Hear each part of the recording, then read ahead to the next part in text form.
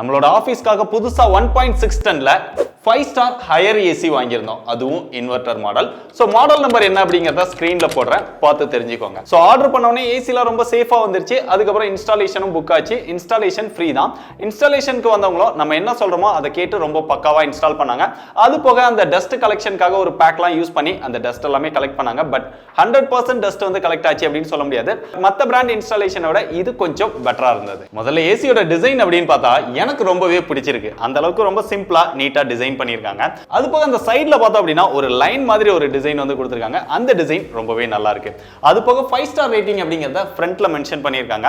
அந்த பக்கம் டிஃபால்ட்டான temperature 24 degree Celsius அப்படிங்கறத மென்ஷன் பண்ணிருக்காங்க. அதுல கொஞ்சம் உத்து பார்த்தோம் அப்படின்னா 1 டிகிரி டெம்பரேச்சரை இன்க்ரீஸ் பண்ணா 6% வரைக்கும் கரண்ட் பில்ல சேவ் பண்ண முடியும் அப்படின்னு சொல்லியிருக்காங்க. ஏசி அப்படினாலே கரண்ட் பில் தான் எல்லாத்துக்குமே ஞாபகத்துக்கு வரும். அதுக்காக அதை மென்ஷன் பண்ணிருக்காங்க. சோ மத்தபடி டிசைன் எல்லாமே சிம்பிளா சூப்பரா பண்ணிருக்காங்க. ஏசி எதுக்கு வாங்குவோம்? நம்மள ஜில்லுன்னு வச்சுக்கிறதுக்கு தான். டக்குனு கூல் ஆகிறதுக்காக இதுல சூப்பர் சோனிக் கூலிங் அப்படின்னு ஒன்னு இருக்கிறதா சொல்றாங்க. அதாவது 10 நிமிஷத்துல கூலிங் வந்துரும் அப்படின்னு சொல்றாங்க. பட் நார்மலா ஏசி ஆன் பண்ண உடனே கொஞ்ச நேரத்துல ரூம் வந்து கூல் பண்ணிடுது. அது போக இந்த ஏசில 60 டிகிரி செல்சியஸ் டெம்பரேச்சர் இருந்தா கூட கூல் பண்ணிடும் அப்படின்னு சொல்றாங்க. பட் நம்ம ரூம்ல அவ்வளோ டெம்பரேச்சர் கிடையாது. அதனால அதை வந்து நம்மளால செக் பண்ண முடியல. மத்தபடி கூலிங் எல்லாமே நல்லா இருக்குது. அடுத்து இதோட ஏர் ஃப்ளோ அப்படின்னு பார்த்தாலுமே நல்ல ஒரு லாங்கான ஏர் ஃப்ளோ இருக்கும் அப்படிங்கிற மாதிரி பிராண்ட்லாம் மென்ஷன் பண்ணிருக்காங்க. அப் டு 20 மீட்டர் வரைக்கும் ஏர் ஃப்ளோ இருக்கும் அப்படின்னு சொல்றாங்க. அவ்வளோ தூரத்துக்கு இந்த ஏசியோட ஏர் ஃப்ளோ இருக்குமா அப்படிங்கிறது தெரியல. பட் நம்மளோட ரூம் சைஸ் பார்த்தோம் அப்படின்னா ஒரு 20 ஃபீட் இருக்கு. 20 ஃபீட் வரைக்குமே இதோட ஏர் ஃப்ளோ வந்து நல்லா இருக்கு. கூலிங்குமே நல்லா இருக்குது. ஏசினோனே எல்லாருக்குமே டக்குன்னு ஞாபகத்துக்கு வருது கரண்ட் பில் தான். இந்த கரண்ட் பில்ல ரெடியூஸ் பண்றதுக்கு இந்த ஏசில என்ன பண்ணிருக்காங்க? இதுல ட்ரிபிள் இன்வெர்டர் பிளஸ் அப்படிங்கிற ஒரு டெக்னாலஜி வந்து யூஸ் பண்ணிருக்காங்க. இந்த டெக்னாலஜி மூலமா அப் டு 65% வரைக்கும் கரண்ட் பில்ல ரெடியூஸ் பண்ணும் அப்படின்னு சொல்றாங்க. இந்த ட்ரிபிள் இன்வெர்டர் பிளஸ் அப்படினா என்ன? அதாவது இதுல TLFM, PID, APAM அப்படிங்கிற மாதிரி 3 இன்வெர்டர் டெக்னாலஜி யூஸ் பண்றாங்க. இதுக்குள்ள ரொம்ப டீப்பா நம்ம போக வேணாம். சிம்பிளா சொல்லணும் அப்படின்னா ஒரு கான்ஸ்டன்டான டெம்பரேச்சரை மெயின்டைன் பண்ணி ஒரு நல்ல கூலிங்கை கொடுக்கணும். அதே நேரத்துல கரண்ட் அண்ட் வோல்டேஜை கம்மியா யூஸ் பண்ணணும். அதுக்காக தான் இந்த மாதிரி ஒரு டெக்னாலஜி யூஸ் பண்றதா சொல்றாங்க. இதன் மூலமா தான் 65% வரைக்கும் கரண்ட் பில்ல ரெடியூஸ் பண்ண முடியும் அப்படின்னு சொல்றாங்க. இந்த டெக்னாலஜி இந்த ஏசில இருக்கிறதுனால வருஷத்துக்கு 21,000 ரூபாய் வரைக்கும் கரண்ட் பில்ல சேவ் பண்ண முடியும் அப்படின்னு சொல்றாங்க.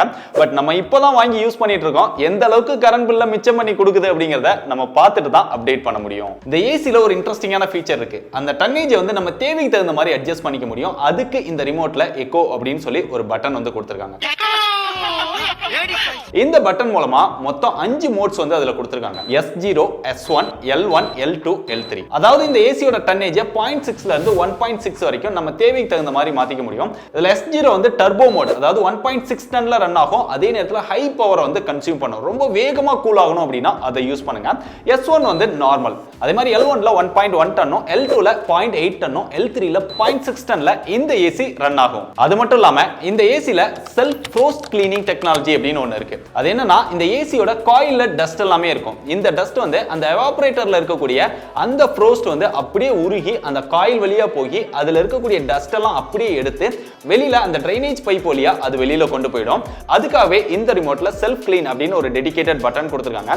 இந்த பட்டனை பிரஸ் பண்றது மூலமா ஆட்டோமேட்டிக்கா அதுல இருக்கக்கூடிய டஸ்ட் எல்லாம் அதுவே கிளீன் பண்ணிக்கிறது. இது உங்க தேவைக்கு தகுந்த மாதிரி நீங்க ரன் பண்ணிக்கலாம். ஆனா இது என்ன ப்ராப்ளம் அப்படின்னா தெரியாம இந்த பட்டனை பிரஸ் பண்ணிட்டா ஆட்டோமேட்டிக்கா அந்த ப்ராசஸ் வந்து ஸ்டார்ட் ஆயிடுது. நடுவுல அதை கேன்சல் பண்ணவும் முடியல. அதனால 20 நிமிஷம் நீங்க ஏசி இல்லாம தான் இருக்கணும். அதை வந்து எனேபிள் பண்ணா ஒரு 2 பட்டன் சேர்த்து பிரஸ் பண்ற மாதிரி கொடுத்திருந்தாங்க அப்படின்னா இந்த மாதிரி ப்ராப்ளம் இருக்காதுன்னு நினைக்கிறேன். அடுத்து இந்த ஏசில அந்த ஸ்விங் டைப்மே 4 டைரக்ஷன் வந்து கொடுத்திருக்காங்க. பொதுவா 2 டைரக்ஷன் தான் நிறைய ஏசில வருது. பட் இதுல லெஃப்ட் ரைட் அதையுமே நம்ம அந்த உள்ள ஸ்விங்கமே நம்ம ரிமோட் மூலமா ஆபரேட் பண்ணிக்க முடியும். டாப் அண்ட் பாட்டம் அந்த ஸ்விங்மே நமக்கு தேவைக்கு தகுந்த மாதிரி கஸ்டமைஸ் பண்ணி 4 டைரக்ஷன்ல எந்த இடத்துல ஏர் ஃப்ளோ வேணுமோ அதை வந்து நம்ம கஸ்டமைஸ் பண்ணிக்க முடியுது. ரிமோட்டோட ஃபங்க்ஷன்ஸ் அப்படின்னு பார்த்தா ரிமோட் வந்து ரொம்ப சிம்பிளா கம்பாக்டா கொடுத்துட்டாங்க. கையில யூஸ் பண்றதுக்கும் நல்லா இருக்கு. மேல வந்து பவர் பட்டன் இருக்கு. அது பக்கத்திலே டர்போ மோட், குவைட் அப்படிங்கிற மாதிரி 2 ஆப்ஷன் வந்து கொடுத்திருக்காங்க. வேகமா கூல் ஆகணும் அப்படின்னா டர்போ யூஸ் பண்ணிக்கோங்க, இல்ல குவைட். அதுக்கப்புறம் கூலிங்க்கு தனியா பட்டன் கொடுத்திருக்காங்க. ஏற்கனவே பார்த்த மாதிரி அந்த செல்ஃப் கிளீன், ஈகோ மோட் அந்த மாதிரியான பட்டன்ஸ் இருக்கு. சென்டர்ல பார்த்தோம் அப்படின்னா அந்த டெம்பரேச்சரை இன்க்ரீஸ் பண்ண, ரெடியூஸ் பண்ண, அதுக்கு நடுவுல ஃபேனை கண்ட்ரோல் பண்றதுக்கான பட்டன். அதுக்கப்புறம் அந்த swing left right top bottom அதை ஸ்விங் பண்றதுக்கு இந்த 2 பட்டன் கொடுத்திருக்காங்க. இந்த லைட்டா எல்லோ கலர் மாதிரி இருக்கிற இந்த பட்டன்ஸ்ல மட்டும் அந்த ரேடியன்ட் லைட் மாதிரி டிசைன் வந்து கொடுத்திருக்காங்க. அதனால நைட்ல வச்சா கூட ரிமோட்டை வந்து ஈஸியா ஈஸியா நம்ம எடுத்துக்க முடியுது. அது வந்து ஒரு நல்ல விஷயம். அப்புறம் கீழ பார்த்தோம் அப்படின்னா ட்ரை மோட் ஒன்னு இருக்கு, ஸ்லீப்க்கு ஒரு பட்டன் இருக்கு, எக்ஸ்ட்ரா ஃபங்க்ஷன் ஒரு பட்டன் இருக்கு, கீழ ஹெல்த் அப்படின்னு ஒரு பட்டன் கொடுத்திருக்காங்க.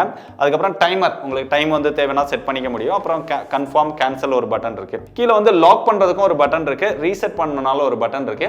இந்த ஏசில இருக்கக்கூடிய அந்த லைட் நைட் தூங்கும்போது அந்த டெம்பரேச்சர் லைட் கூட உங்களை டிஸ்டர்ப் பண்ணுது அப்படின்னு நினைச்சீங்கன்னா அதை கூட நீங்க ஆஃப் பண்ணிக்க முடியும். அதுக்காக ஒரு பட்டன் இருக்கு. சோ ரிமோட்டை பொறுத்தவரைக்கும் மேக்ஸிமம் எல்லா ஃபங்க்ஷன்ஸும் கவர் பண்ணிருக்காங்க. இது போகும் நீங்க ஏசியை ரிமோட் இல்லாம கண்ட்ரோல் பண்ணணும் அப்படின்னு நினைச்சாலுமே அலெக்சா, கூகுள் அசிஸ்டன்ட் இந்த மாதிரி கனெக்ட் பண்ணி கண்ட்ரோல் பண்ணிக்க முடியும். அது மட்டும் இல்லாம இந்த ஏசில வைஃபை இருக்கு. அந்த வைஃபை மூலமா மொபைல் ஆப் இருக்கு, அந்த ஆப்ல கனெக்ட் பண்ணி நீங்க மொபைல் மூலமாவும் கண்ட்ரோல் பண்ணிக்க முடியும். பட் நாங்க நிறைய டைம் ட்ரை பண்ணோம், அந்த வைஃபை கனெக்ட் பண்றதை மட்டும் எங்களால சக்சஸ்ஃபுல்லா கனெக்ட் பண்ண முடியல. அது என்ன ப்ராப்ளம் அப்படின்னு தெரியல. எல்லாமே முடிஞ்சது, பட் ஃபைனல் ஸ்டேஜ்ல வந்து அது ஒரு எரர் காமிக்குது. இதே ஏசி வேற யாராவது வாங்கியிருந்து உங்களுக்கு இதே மாதிரி ப்ராப்ளம் இருக்கா, இல்ல சக்சஸ்ஃபுல்லா வைஃபைல கனெக்ட் பண்ணி யூஸ் பண்றீங்களா அப்படிங்கறத மறக்காம கீழ கமெண்ட் பண்ணுங்க. இந்த ஏசில எனக்கு பிடிக்காத விஷயம்னா நான் இப்போ 20 டிகிரி டெம்பரேச்சர்ல யூஸ் பண்ணிட்டு இருக்கேன். கொஞ்ச நேரம் வேண்டாம் அப்படின்னு நினைச்சு இப்போ இதை நான் ஆஃப் பண்ணிடுறேன். பட் திருப்பியும் ஆன் பண்ணும்போது எனக்கு அதே 20 டிகிரில ஆன் ஆனா நல்லா இருக்கும் அப்படின்னு தான் நான் நினைப்பேன். பொதுவா நிறைய பேர் அப்படிதான் நினைப்பாங்க. ஏன்னா அவங்க ஒரு டெம்பரேச்சர்ல தான் பெரும்பாலும் யூஸ் பண்ணுவாங்க. பட் இதை ரிமோட்ல ஆஃப் பண்ணிட்டு ஆன் பண்ணா கூட அந்த டெம்பரேச்சர் வந்து டிஃபால்ட்டா 24க்கு செட் ஆயிடுது. ஸோ ஒவ்வொரு டைமும் அந்த டெம்பரேச்சர் வந்து நமக்கு தகுந்த மாதிரி அதை சேஞ்ச் பண்ண வேண்டியிருக்கு. அந்த விஷயம் இந்த ஏசில எனக்கு பிடிக்கல. கடைசியா இந்த ஏசியோட வாரண்டி அப்படின்னு பார்த்தா 5 வருஷத்துக்கு வாரண்டி கொடுக்குறாங்க. இந்த வாரண்டியோட ஒர்த்தே 15,000 ரூபாய் அப்படின்னு கிளைம் பண்றாங்க. ஏன்னா ஒரு வருஷம் வாரண்டி கொடுத்தாங்க அப்படின்னா அதுக்கப்புறம் நீங்க வாரண்டி வேணும் அப்படின்னு சொல்லி தனியா நீங்க எடுத்துக்கிட்டீங்க அப்படின்னா அதுக்கு பே பண்ற காஸ்ட் தான் இவங்க 15,000 அப்படின்னு சொல்றாங்க. அது மட்டும் இல்லாம இந்த ஏசிக்கு 4,000 ரூபாய் வரைக்கும் கேஷ்பேக்கும் இருக்குது. இன்ஸ்டாலேஷன் ஃப்ரீயா பண்றதுனால அதுல ஒரு 1,500 ரூபாய் அப்படின்னு சொல்லி இவ்வளவு விஷயங்களை வந்து மிச்சம் பண்றதா சொல்றாங்க. பட் இவ்வளவு விஷயங்கள் இருந்தாலுமே இந்த ஏசியோட பிரைஸ் எவ்வளவு தெரியுமா? எவ்வளவு? 48,000 ரூபாய். உங்களுக்கும் பிடிச்சிருந்து இந்த பிரைஸ்க்கு இது ஒர்த்துன்னு நினைச்சீங்கன்னா தாராளமா வாங்கி யூஸ் பண்ணுங்க. பெஸ்ட் பை லிங்க் டிஸ்கிரிப்ஷன்ல கொடுத்திருக்கேன்.